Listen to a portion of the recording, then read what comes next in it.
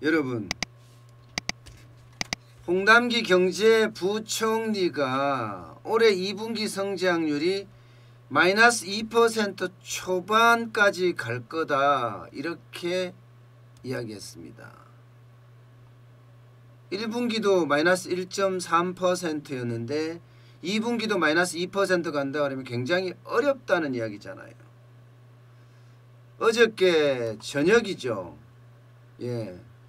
연합뉴스 TV에 이렇게 출연을 해서 2분기 경제 성장률을 묻는 질문에 그렇게 답을 했습니다. 자, 예상했던 대로 2분기는 그야말로 최악으로 가죠. 마이너스 2%라는 것은요, 지금 거의 IMF 외환위기 이후로 가장 낮은 수치예요. 역대급으로 두 번째입니다. 역대급으로도. 예, 금융위기 때도 이랬잖아요. 그러니까 이렇게 마이너스가 계속 된다는 건 이거 굉장히 심각하게 받아들여야 합니다. 지금 홍남기 경제부총리가 연합뉴스 TV에 출연해서 이야기하는 내용을 보면요, 일단 전제가 깔려 있습니다. 전제가 2분기에 마이너스 2%로 간다는 전제, 그리고 그 이후에 3분기 4분기는 플러스로 간다는 전제. 예, 거기에는 전제가 다 깔려 있는데 그 전제는요, 상반기 중에 코로나19가 안정이 되고 하반기 중에 세계 시장이 열린다는 전제가 깔렸습니다. 만약에 코로나19가 상반기 중에 멈추지 않는다, 그렇게 되면 경제는 더 어려워질 수 있다는 이야기고요. 또 하반기 중에 세계 시장 경제가, 세계 경제가 열리지 않으면 또 2%보다 더 어려워질 수 있다는 그런 이야기예요. 또한 3분기나 4분기도 경제가 계속 어려워질 수 있다는 이야기이기도 하고요. 정부는 그렇게 생각을 해요. 지금 올해 경제 성장률 전망치를 0.1%로 잡고 있잖아요.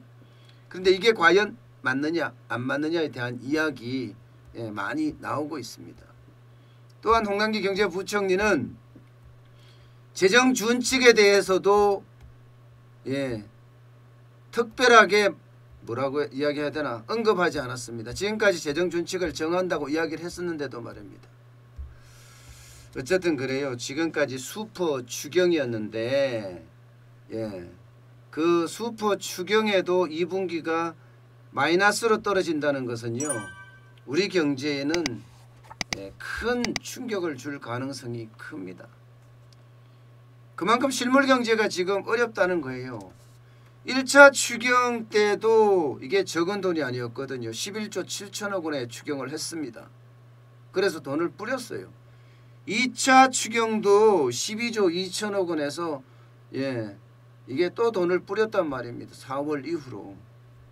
그리고 이번에 또 3차 추경 하잖아요. 1차 2차만 하더라도 이미 과거에 비해서는 슈퍼 추경이었습니다. 그런데도 2분기에 마이너스 2% 초반까지 간다 이러면, 초반이면 마이너스 2.2까지도 갈 수 있다는, 2.3까지도 갈 수 있다는 이야기잖아요.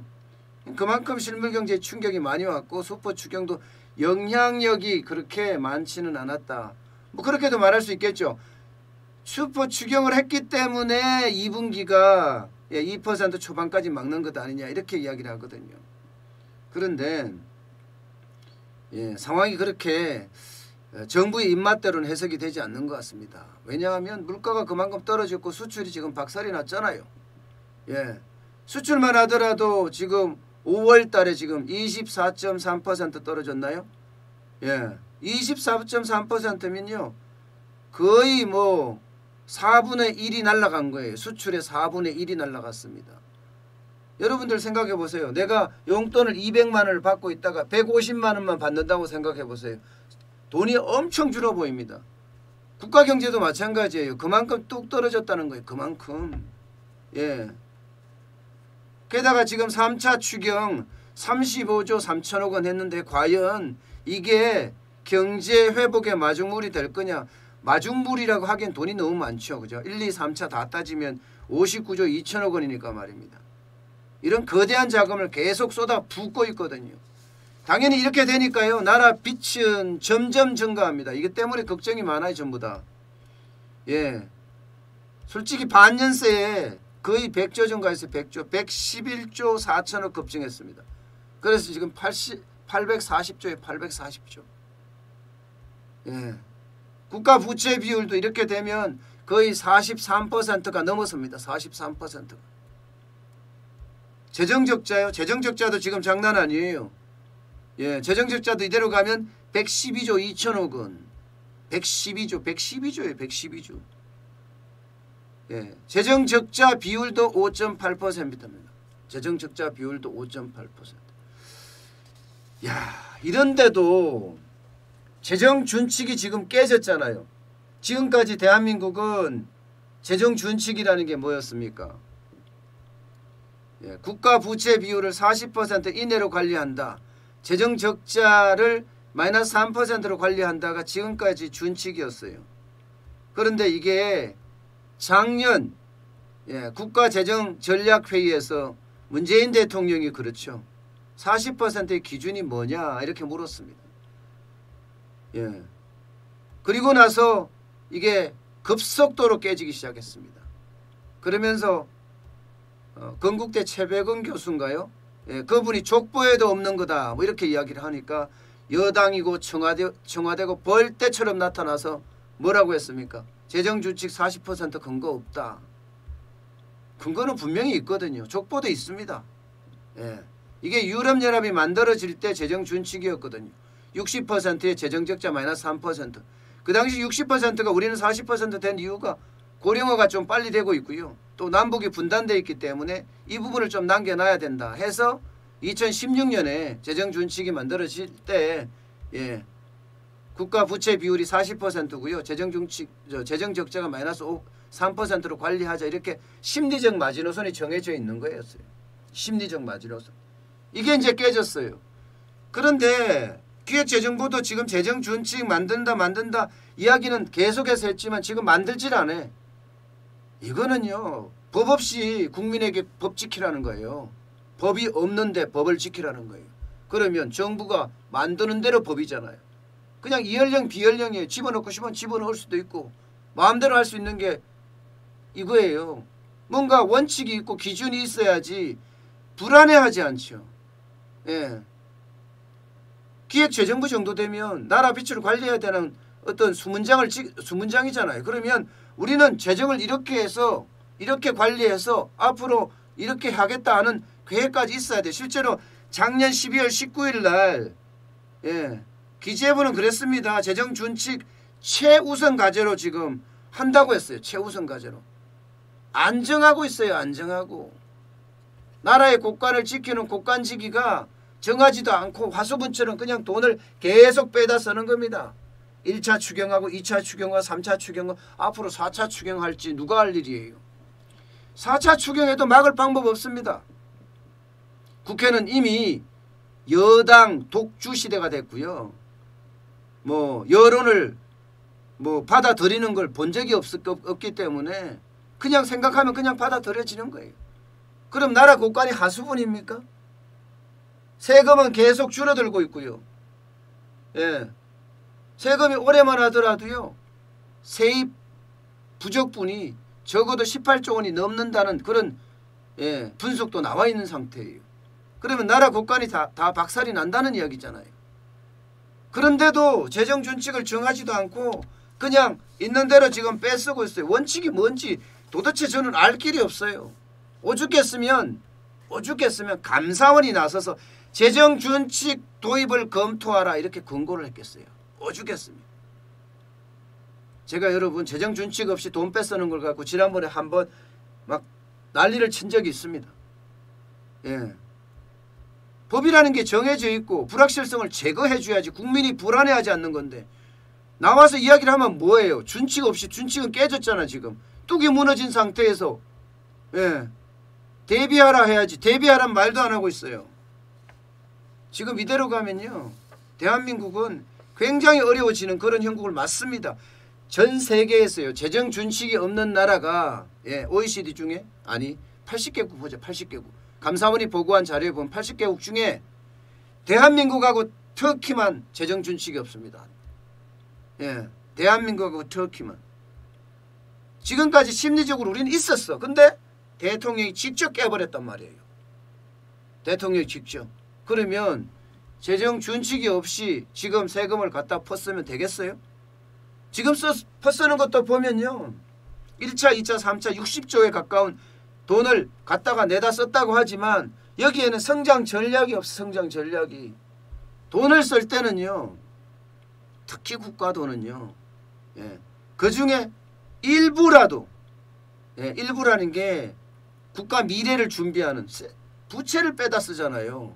남아있는 돈을 빼다 쓰면 뭐 돈을 전 국민에게 재난지원금을 뿌려도 상관없어요.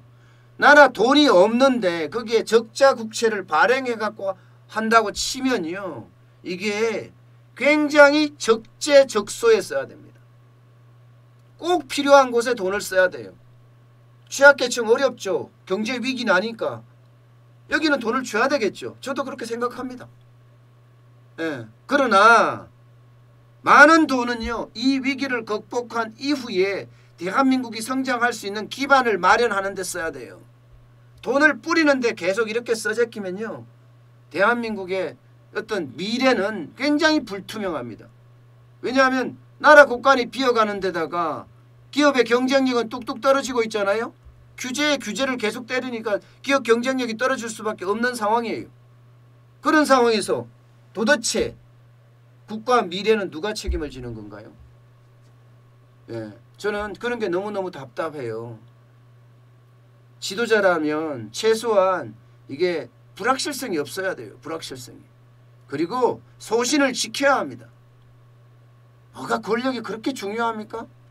경제부총리가 그렇게 하고 싶습니까? 저 정도 했으면 됐습니다. 본인이 소신을 다 어기고 다 깼잖아 지금까지요. 당장 재정 준칙만 하더라도 작년 12월에요. 작년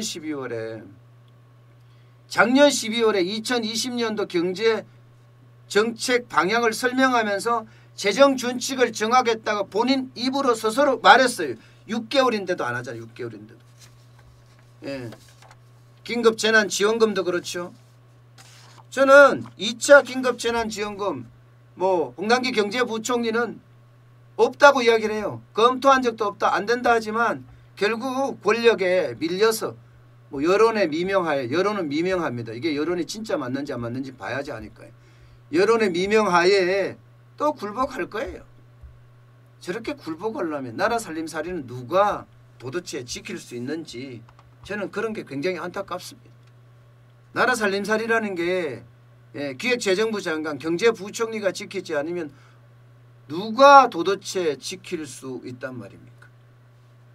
저는 그래서 올 2분기가 마이너스 2% 정도로 또 최악의 기록을 할 텐데 재정은 점점 고갈되고 있고 과연 3분기, 4분기에 성장률을 이루지 못하면 우리 국가는 어떻게 될까? 저는 그래서 점점 마이너스로 가는 와중에 재정 준칙이라도 있어야 경제가 나빠지는데 이렇게 대응하겠구나 짐작이라도 할 수 있죠. 지금처럼 이렇게 돈을 빼쓴다는 것은요. 또 지금 이야기하는 게 뭐예요? OECD 평균 자꾸 이야기합니다. OECD 평균이 109%입니다. 109%. 그러면 우리도 109% 간다는 건가요? 지금 그게 재정 준칙 같아. OECD 평균으로 가겠다. 이거 말입니다.